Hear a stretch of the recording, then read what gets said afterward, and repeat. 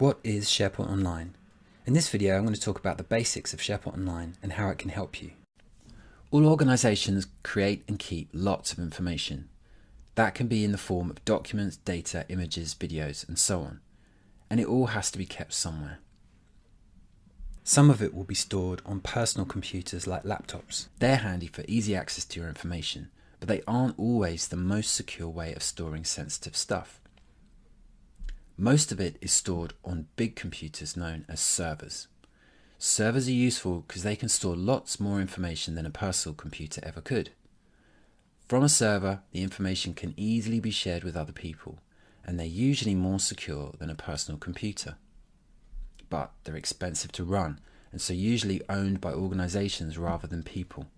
And sometimes it's hard to get access to them because they're not on the internet. At its heart, SharePoint Online is just a way to store all that information. It replaces the need to store it on personal computers and servers, and you can get to it from the internet wherever you are and on whatever device you're using. So let's look at how SharePoint Online stores your work. It's made up of websites. You can have just one or lots of them. And inside each of those sites there are two different types of containers for your work: libraries and lists. Libraries are for storing documents like the ones you create in Word, Excel and PowerPoint. And it's not just Office documents. You can store almost any kind in a library, like Acrobat files, videos and images.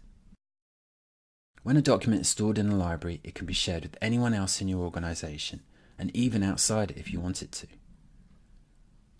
The other way of storing information is in lists. Lists are different from libraries because they store data rather than documents.